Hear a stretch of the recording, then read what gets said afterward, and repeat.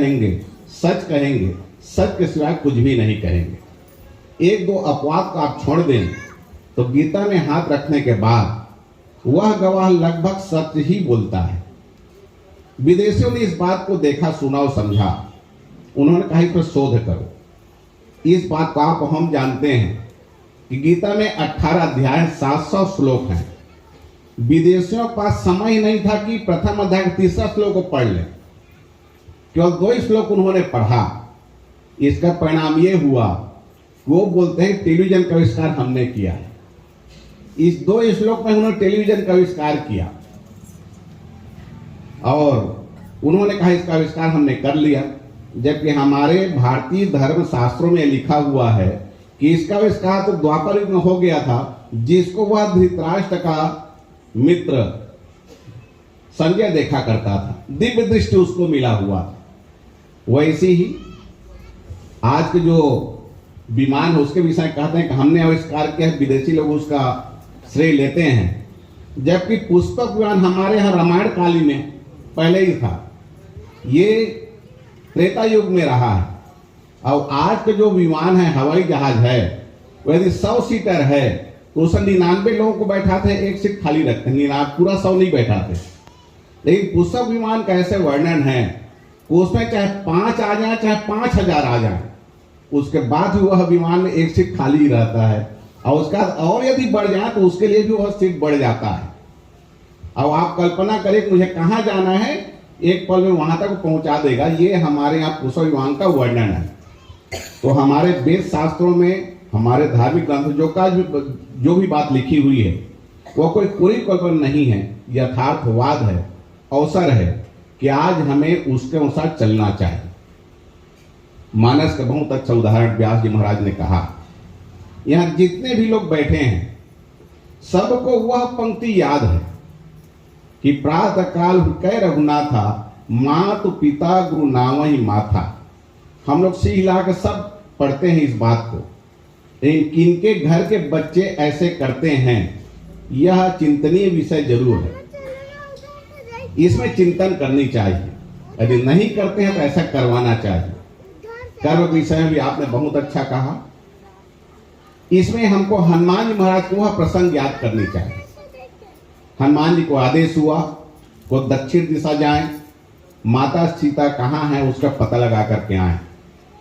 बहुत सारे बाधाएं उनके सामने उपस्थित हुए, उसमें मैनाक पर्वत भी आया। मैनाक पर्वत ने कहा, हनुमान जी महाराज आप बहुत दूर से आ रहे हैं, आपको बहुत दूर जाना भी है, थक गए होंगे, थोड़ी सी विश्राम कर लीजिए। उसे हनुमान जी महाराज ने विनय पूर्वक कहा था कि राम काज किन्हौ बिनु मोहि कहाँ विश्राम। इस पंक्ति को हम यदि आज आत्मसात कर लें, हम भारतवासी आत्मसात कर लें कि हमें जो जिम्मेदारी मिला हुआ है, जो दायित्व हमें मिला हुआ है, उसका हम निर्वाह करें, केवल इसी पंक्ति को हम आत्मसात कर लें तो आज भी हमारा भारतवर्ष सोने के चिड़िया बन सकता है फिर से। और आज भी हमारे भारतवर्ष को जगत गुरु की पदवी दोबारा मिल सकता है। हम लोग कहते जरूर जगत गुरु हैं करके, लेकिन जब तक के हमारे किसी बात पर विदेशियों सिल मोहर नहीं लग जाता है तब तक हम लोग उतना गंभीरता से नहीं लेते हैं, नहीं मानते हैं। तो ये सारी बातें हमारे धर्म ग्रंथों में हैं। आज अवसर है कि हमें धर्म ग्रंथ को केवल पूजा का ही सम्मान मान कर ना चलें, उसमें क्या कुछ लिखा है, क्यों लिखा है, हम लोग मनन करें, चिंतन करें, अपने जीवन में उतारें। बहुत अच्छा अवसर है। इतना अच्छा धार्मिक कार्यक्रम सानंद निर्विघ्न संपन्न हुआ है। आज तुलसी वर्षा का और हवन यज्ञ का कार्यक्रम है। आप सबको बहुत बहुत शुभकामना, बहुत बहुत बधाई। निमंत्रण मिला, उस समय हम लोग धुआधारी मठ में जो राम कथा हो रहा था उस कार्यक्रम में था। उसके बाद मुझे अचानक एक कार्यक्रम प्रयागराज जाना पड़ा, कल रात को ही मैं आया। अब मुझे इस बात का यह भी था कि दिमाग में ये न कहें कि सारे कार्यक्रम हम लोग जाते हैं, हम लोग निमंत्रण दिए, आप लोग नहीं आए, तो मैं पहुंच पाया और यज्ञ से पहले पहुंच पाया। ये मेरा अपना सौभाग्य है। आप सबको बहुत बहुत शुभकामना, बहुत बहुत बधाई।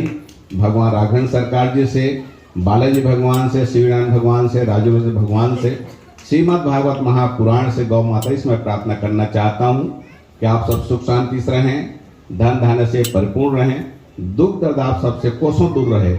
इसी भावना और इसी कामना के साथ कि सर्वे भवन्तु सुखिनः, सर्वे सन्तु निरामया, सर्वे भद्राणि पश्यन्तु, माँ कश्चित् दुर्भाग् भवेत्। गाजी महाराज ने शिवनाथ की याद दिलाया। उम्र भी अभी बहुत कम है। भगवान से मैं प्रार्थना करना चाहता हूँ कि आप और आगे बढ़ें, स्वस्थ रहें, सानंद रहें और इसी प्रकार से भारतीय संस्कृति सनातन धर्म का ध्वजवाहक बन करके केवल छत्तीसगढ़ ही नहीं, हमारे भारत और कोने कोने जाकर के आप भारतीय संस्कृति प्रचार प्रसार करते रहें। इसी कामना और इसी भावना के साथ प्रेम सोली श्याम रामचंद्र की, श्रीमद् भागवत महापुराण की, श्री व्यास जी महाराज की जय।